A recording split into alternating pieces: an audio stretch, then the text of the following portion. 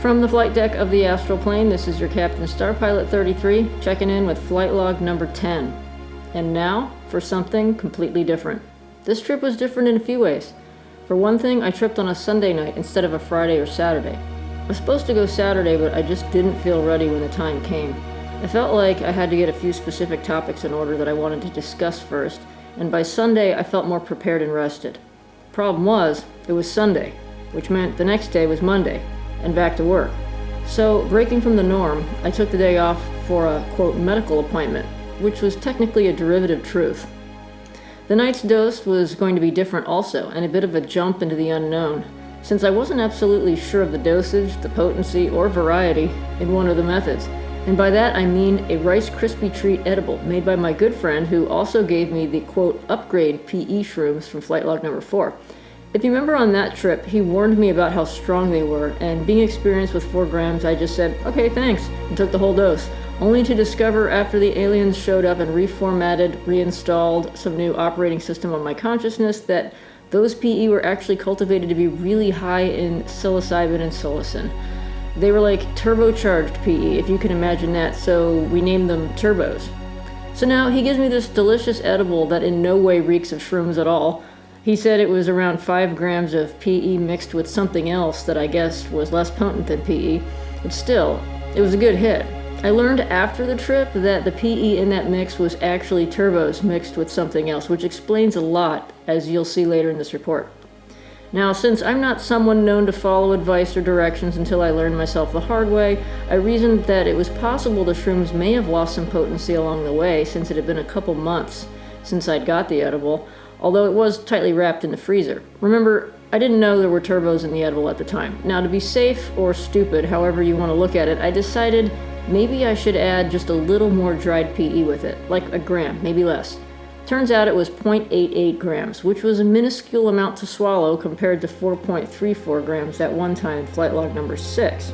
So the estimated fuzzy math dosage was around 5.88 at least. For some reason, I didn't take that number as seriously because of the innocent looking and delicious smelling Rice Krispie treat that brought back memories of first grade birthday parties. So I ate them around 6:30 p.m. after my normal ritual of setting up my special items on the countertop, burning some sage, and preparing everything I would need for the flight, such as my trip blanket, pillows, chapstick, water, and an emergency landing strip, something to puke in if it came to that. Better to be prepared, I've learned. This time of year, it's still light outside around 7:30, so it felt strange that it was so bright in the room. I said my prayers and stated my intentions, which were to specifically address a lot of pain, hurt, and frustration that was not healing or fading with time. I felt stuck in a loop for a while, not knowing how to break out of it. I decided to get the unpleasant part over with first, and that was the powdered 0.88 grams and the orange juice. At first, I thought I was just going to put it on the spoon dry and chase it with the juice like I used to, but some idiot idea came to me to just pour it in the glass and mix it with the orange juice. Of course it doesn't mix. It floats on the top and sticks to the sides, so I had to chug that nastiness, followed by more orange juice to get what was sticking to the sides of the glass off of it. Horrible. Less than a gram and I could barely do it. I'm at the point now where the smell of orange juice makes me want to throw up because I associate it with horrible shroom sludge. Now for the fun part, the edible. Okay, that was admittedly great. There was no shroom taste at all and it was delicious. It was like actually being Alice in Wonderland, eating magical things and waiting to see what the results were. So I settled on the couch with all 3 cats close by, including co-pilot Cat, who was across the room, sleeping quietly. Honestly, I wondered if anything was really going to happen, or if this would be a really mild trip like the past few. Conversely, I wondered if I was in for another flight log number 6 trip from hell. They did tell me the, quote, high dose phase was over for a while, but here I was doing 5+, almost 6, of PE and whatever else was in there. I didn't know what that equated to in the normal PE dose I usually do between 3.6 and 3.9. I didn't feel an exponentially increasing body load like usual either, where it normally feels like a shark has me by the leg and is dragging me under. I just felt relaxed and sleepy, unusually sleepy for 6:45 p.m. I closed my eyes and began to see faint light tubes and patterns. It was hard to tell at first if it was the sunlight through the trees making the patterns through my closed eyelids, but eventually it was clear that the undulating ropes of soft beige light were not from outside. I saw a figure with a long cloak that was somewhat translucent, and something told me it was a shaman of some kind. He was dancing and spinning in circles with this long translucent cloak spinning around with him, creating the tubes of light. The ambient light was like a sunset over a farm field in the summer, yellow and gold. And he seemed to be dancing in high grass or wheat, and from somewhere I heard the words, "Love is first. Everything else comes afterward. Peace, happiness, harmony, none of it happens without love first." I could feel a different energy on this trip than usual, and I'm thinking it was whatever other shrooms were mixed in with that edible. In many ways, the colors and patterns reminded me more of the wild-grown ones from last year with the indigenous patterns and earth tone colors. I saw faces and masks that looked like Egyptian, then more like Mayan and Polynesian. Each of these patterns and faces represents an energy force, a voice said. Together they form a harmony of energy, like a chord of music. Suddenly the scene flipped and I was somewhere else, in a greenish-blue room, with a voice that says, "You want to know who you really are? You're no one apart from everyone. You're nothing apart from everything." The voice sounded like Alan Watts. You couldn't escape the interconnectedness with everyone and everything if you tried every day of your life. Not just those things of your present, but also your past and future, and even before that. You are an iteration of a fractal repeating infinitely smaller and smaller patterns of itself, and none of those patterns is independent from the whole. It's as reliant on the whole as the whole is on it. I opened my eyes. It was dimmer in the room now, and the light outside was fading. It was a little after 7 p.m. If all that happened within 15 minutes, I knew this was not going to be a light trip at all, despite how I didn't feel a crushing body load or any of the usual indications. I saw the green light on the wall begin to emerge with the fading light outside, and for some reason it looked more orange than usual. I sat up and realized that the surge protector strip not only had 2 green lights that reflected on the ceiling and wall where Ami usually showed up, but there was also a power button with an orange light that I suppose is drowned out by the green frequencies. I was amazed that I'd never really noticed that before. Of course, this diversion was really me worrying about whether or not Ami would show up again. He said he wouldn't leave, but part of me was still worried he might. Maybe if I showed up for a trip in a horrible state of unpreparedness or having dug myself into a massive rut, he might just say, "There's no helping this one," and walk off the job. But I know that's ridiculous. "Are you there?" I asked. "I'm here," Ami said. "I can barely hear you from my own thoughts, though. But that might just be my inner dialogue. It's still early. Like every time we have this conversation," he said. "Go back again for a bit." "Okay. Why does the narrator sound like Alan Watts?" I asked.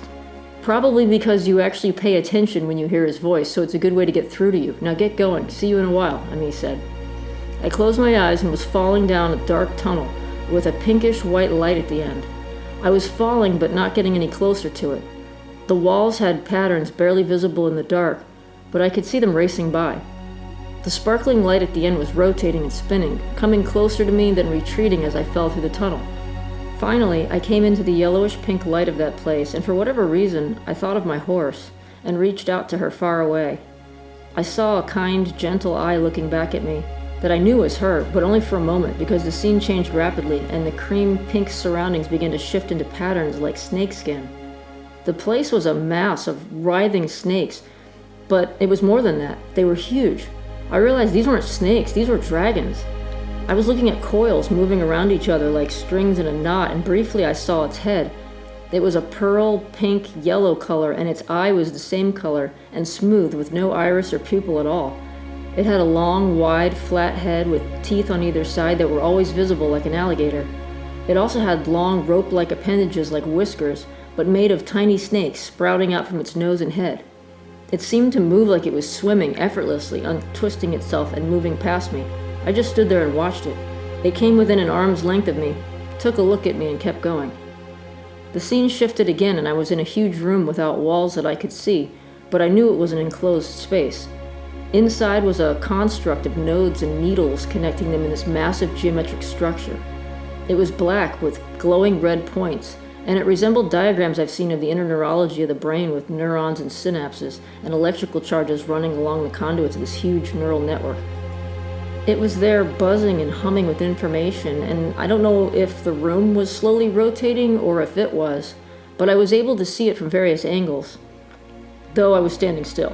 It had sharp points and jagged peaks of black needle-like structures, and then suspended between them were glowing nodes that pulsed with light and whatever energy was traveling through this thing. I don't know what it was or what it was doing, but I understood it contained energy and information, and it was talking to itself, or maybe communicating outside itself, but it was buzzing with signals all the time. My eyes snapped open. I was staring at the green light on the wall, and now it was very bright since it was completely dark outside. "Hi," Ami said. "Hi," I said back, raising my hand groggily. "Thanks for coming." "Of course," he answered. "I guess I had to get some shit straight before coming here, so I was clear on what I want to work on. I feel like I'm stuck in a loop of pain and hurt over things that have happened, and I can't get off the wheel, so it's impossible to heal from it." "Remember we said a tide's coming in and things are changing for you and everyone?" "Yes, I remember." "Dawn is here," Ami said. "It's time to go with this tide. It will deliver you where you want to be, but you have to go with it." I thought I was. I mean, look, that happened, right? I said, pointing to my book on the counter with my special items. "Yes, you did it, and thank you for doing it and finding a way to make it happen. It's just the beginning now, and it's going to make its way and go further than you could have sent it on your own. You set the story free on a tide which will take it to where it needs to go, but now you have to do the same for yourself. You have more work to do with your art, and you're fighting against old currents. Remember, straight and level, keep your wings level and your tail out behind you. Stay on course. You've done the hard work and the flight planning. Now let the wind and the ship take you where you want to go." "But how do I go with this tide? I thought I was going with it before." "A strong tide can drag a boat even with its anchor down. You've got several anchors still down. That's why you're not moving. The hurt and pain aren't things you even want to be anchored to, and yet you are." "So what do?" I said. "Pull them up and let go. Close your eyes and go there." I closed my eyes, and there I was on this little skiff boat that I used to take out fishing in the intercoastal channels. It looked different though. It still had its blunt, squared-off bow, but it almost seemed made of glass, and it sparkled in the water. I walked up to the front and pulled up the anchor line to wrench it free from the rocks. The force turned the boat since it was stuck there pretty good. It broke free finally, and I started pulling it up, and then a second one, which was odd since the skiff only had one anchor. There was no motor on this glass skiff, no sails or anything, but free of the anchors, I could feel the tide taking me away from the spot where I was. As we moved, I thought to myself, I wish I could see some fish, but I didn't have anything there for fishing. As the boat moved, fish started jumping out of the water. Many of them were actually flying fish, and their silver bodies sparkled in the sun. There were bigger fish racing along with us too, since the skiff seemed to have some magical propulsion now. Huge spotted dolphins were jumping out of the water and playing in the boat's wake, and it seemed like the whole ocean was alive with fish jumping around the boat, and the whole time there was this bright light from above sparkling with energy everywhere. I opened my eyes and there was Ami again. We spoke for a while about family and things until I realized my grandparents were there. I'd met them previously on a trip, but this was unusual with Ami being there also. I told them how much I missed them. My grandpa died when I was 10, and my grandma lived much longer, but I think I was around 24 when she died. I didn't know my grandpa very well, but from what I've heard and seen in the family movies, I think we have a lot in common. He said that my artistic abilities come from my grandmother on my mom's side of the family, and from him. He was an engineer who worked on experimental engines and designed machines that made Swiss watch parts. I said I was scared when I saw him lying there on the floor when he fell at our house once, and when he was sick in bed with cancer. He said he was embarrassed for us to see him like that, but he's okay now. Grandma's okay too, everyone is. He said no one ever left you, though you feel like they did because you can't see them.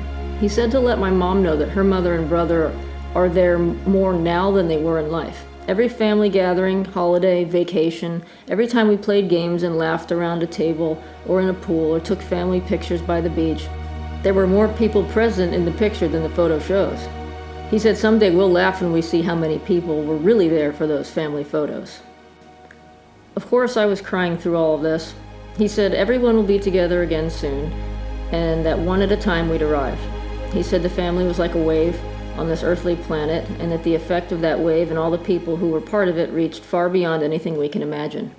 He said, I've lived out things that he only dreamed about. Others in the family will do the same thing with things I've only dreamed about, but you still get to experience it through them. He concluded by telling me to keep going and keep working on the things that I know matter, and he added, don't be a horse's ass. I went from crying to laughing in an instant. That was definitely Grandpa. It was 8:30. I could feel the intensity of the trip beginning to ramp up. As I looked at the wall where Ami was, I could see the lamp and the mirror on the wall shaking as my brain struggled to hold on. You said you wanted to do some flying. Well, here's your chance, Ami said. Hold on and stay with it, Starpilot. You're doing great. You've got this. At this point, I was really struggling. I was flying some kind of ship and holding on just to stay with it. We were moving really fast, and there was others there too. The forces were incredible. Just trying to breathe was a challenge. I was trying to time my breathing between crushing maneuvers, straining to keep the blood flowing the right way and intermittently feeling nauseous.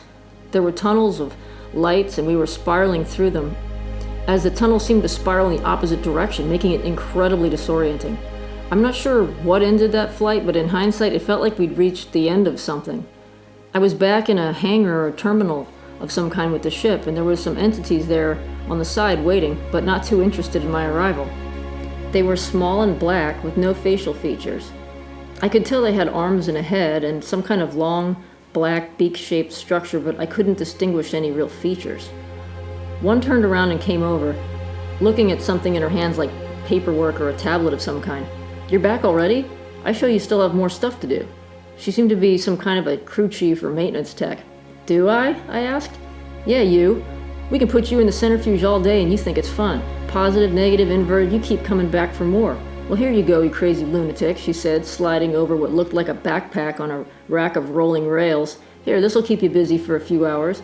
As the backpack slid closer, it began to expand like one of those mattresses in a box. Only it was expanding exponentially and becoming what looked like an enormous Gundam suit.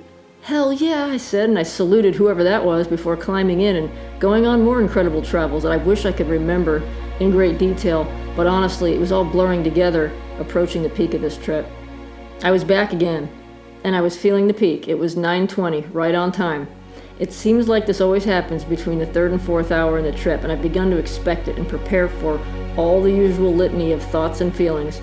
Reeling thoughts, nausea, inability to get comfortable, thirst, sweating, heat in my hands, feeling of wishing this was over but knowing I'm less than halfway through.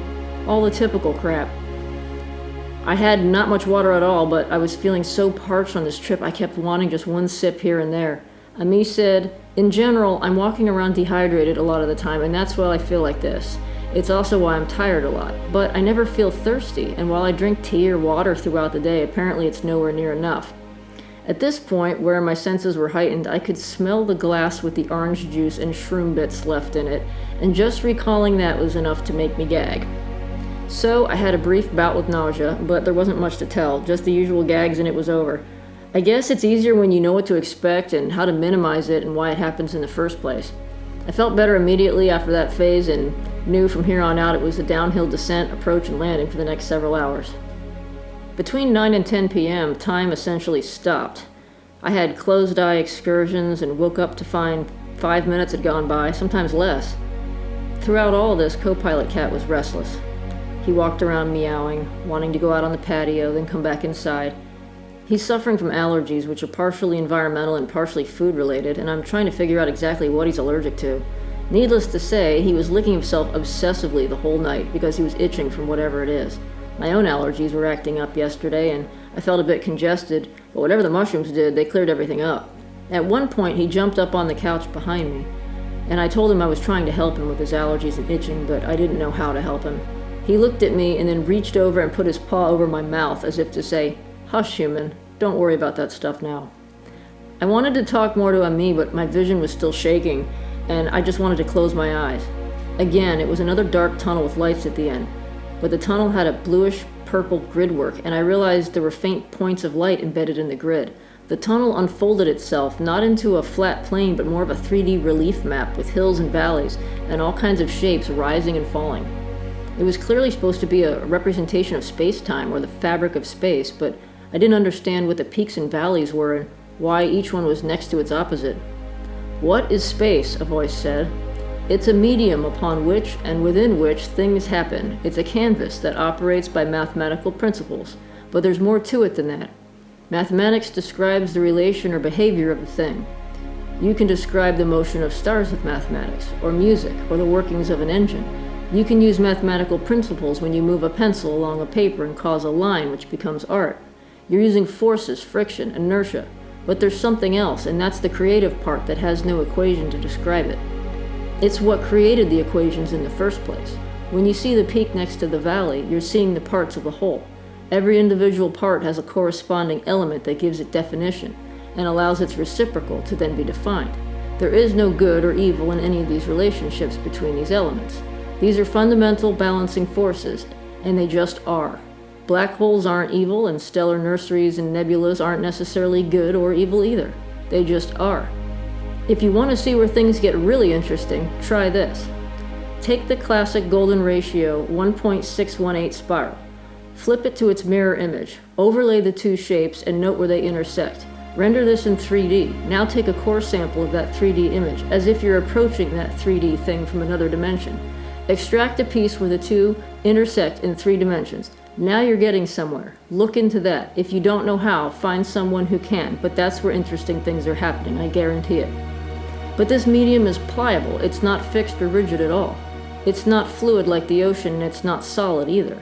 But it does have a certain plasticity if you keep looking further and further into it. Again, I saw those Egyptian and Mayan temples again, and it was like I was flying through a corridor of a huge pyramid, and the geometric walls at the end of the hallway would always morph and unlock like a door before I got to them. Each wall became a door as I flew further and further into this corridor, and I felt it getting narrower and narrower. The corridor morphed again, and I was zooming in on the fabric of space-time itself, as if it were being magnified through a powerful microscope down to its smallest energy fibers that hold it together. There was definitely a sense that it was being held together by something, and the further we zoomed in, the wider the spaces were between the fibers, and the more I felt like I was being ripped apart and crushed at the same time. Suddenly, we were through it. Through the veil of space-time, whatever that means, and where exactly were we? Space Mountain at Disney World. What the fuck? Surprise, Emmy said as I woke up. It's all a huge joke, just like I told you before. The creator has an amazing sense of humor. If you think about it, he invented Space Mountain too, so punching through one macrocosm of creation into a microcosm of the same creation really isn't that crazy. It's very interstellar, I said, or Hitchhiker's Guide to the Galaxy. I remembered the movie and the book. You think those people who wrote that didn't come here? You know they did, Emmy said. It was 11 p.m. I was still tripping pretty good, as evidenced by my wobbliness when I went to let the cat in from the patio, and the patterns I saw every time I closed my eyes.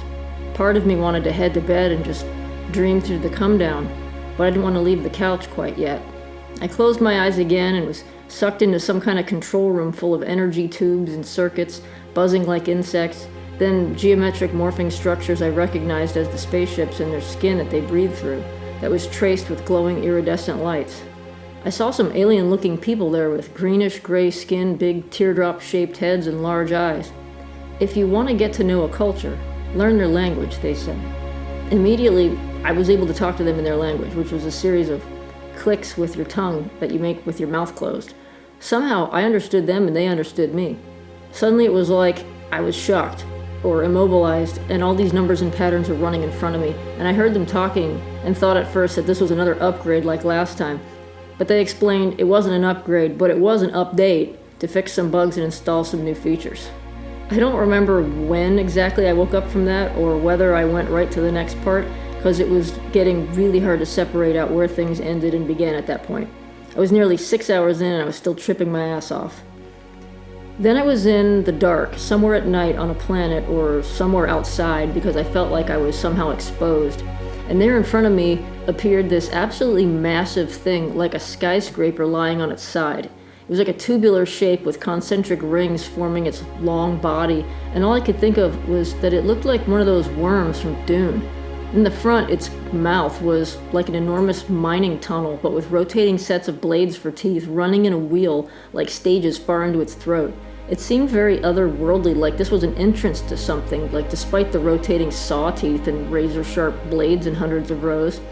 So what did I do? Well, I went inside, of course. I don't remember what the teeth or blades did, but it didn't cause much of a problem, because once I was in there, everything turned into what looked like a Saudi Arabian palace, or like Caesar's palace from Las Vegas with gold and marble everywhere. There was a huge throne at the far end, and all these creatures were flying around it. I wasn't sure if they were heavenly creatures or what, but there was stuff flying around a big throne in the belly of this fractal Stargate worm, On the gold and marble floor was a narrow trench where there was flowing crystal aqua blue water. I was so damn thirsty on this trip, I didn't even think about the possibility of ramifications. I just said screw it and drank up. What happened next was mind-blowing. I was instantly squeezed into some kind of black fractal component of this huge creature/worm, and I was squashed between other pieces that all moved together like scales on a snake. And I knew everything that all the other parts knew, as well as what the whole structure knew.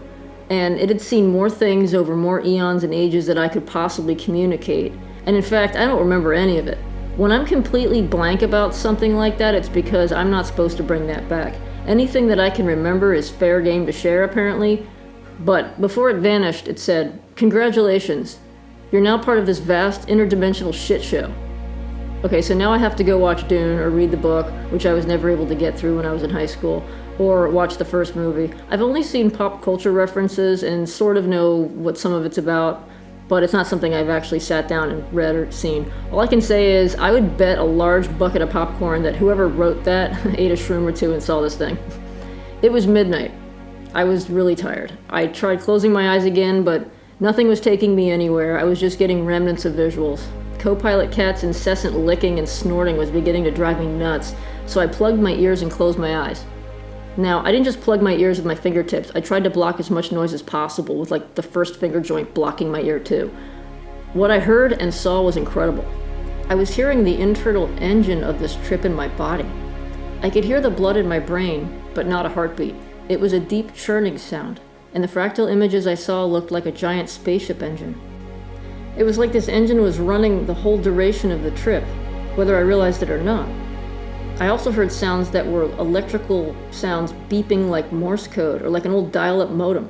It was definitely electrical, whatever it was, and in the morning it was gone. So it was something having to do with the trip itself.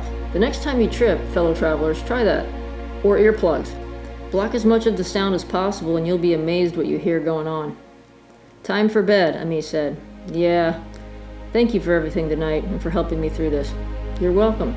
Just remember what we talked about. Take better care of yourself. Don't be a shithead." I laughed. "I think that's my default mode." "It doesn't have to be," he said. "Oh, by the way, happy 30th. 30th? I asked. It wasn't my birthday, and that particular one was a while ago. "This is your 30th trip." "Really? I lost track a long time ago, but I guess it had to be somewhere between 25 and 35. "Good to know. That's a lot of amazing adventures." "Yes, it is," he said. "You've done really well. Thank you for being the best guide ever. I love you very much, and I wish everyone had a guide like you." "I love you too, Starpilot. And everyone does have a guide like me. They just have to learn to listen for them. We've got these special circumstances for our chats, but you know I talk to you even when you aren't over here. Same for everyone. They just have to be open to learn to listen to the messages." I wished him good night and stumbled off to bed, leaving the living room a mess of pillows, blankets, orange juice, empty cups, edible wrappers, and whatever else was strewn around the place. I was still tripping as I got into bed. I had a short dream where I wasn't sure if I was asleep or not. Woke up at 1:20, then again at 2 a.m., and I was still barely tripping. It's a full 8-hour trip. I'm positive that 0.88 grams of PE was not the reason for ripping through space-time and ending up at Disney World, or the inflatable morphing Gundam suit, or the fractal worm dimensional portal, or any of the other things that night. That Rice Krispie treat was my kind of dessert. Probably didn't need the 0.88 grams on top of that, but it wouldn't be a Starpilot trip if I didn't do something stupid. I slept hard and had amazing dreams all night, except for my cat waking me up several times because he thought I was late for work. I felt like I was going to have a hard time recalling this one, and the details were fading extremely fast after I woke up. So I got up, had breakfast, and started writing it down before I lost it. I just hope I got it all in there. Ami said these messages are for everyone. Though the trip happens to me, the messages are universal, and that there's something in there for all who hear it. He said keep going and keep sharing what I experienced, because for every one person who messages me, there's hundreds who are just as impacted by the stories. Thank you for coming with me on this amazing journey, and as always, I look forward to hearing from you in your comments and messages. You can email me at starpilot33@protonmail.com and find me on Instagram at starpilot33. Until next time, stay safe and healthy. Make sure to pull up your anchors, and I'll see you on the other side.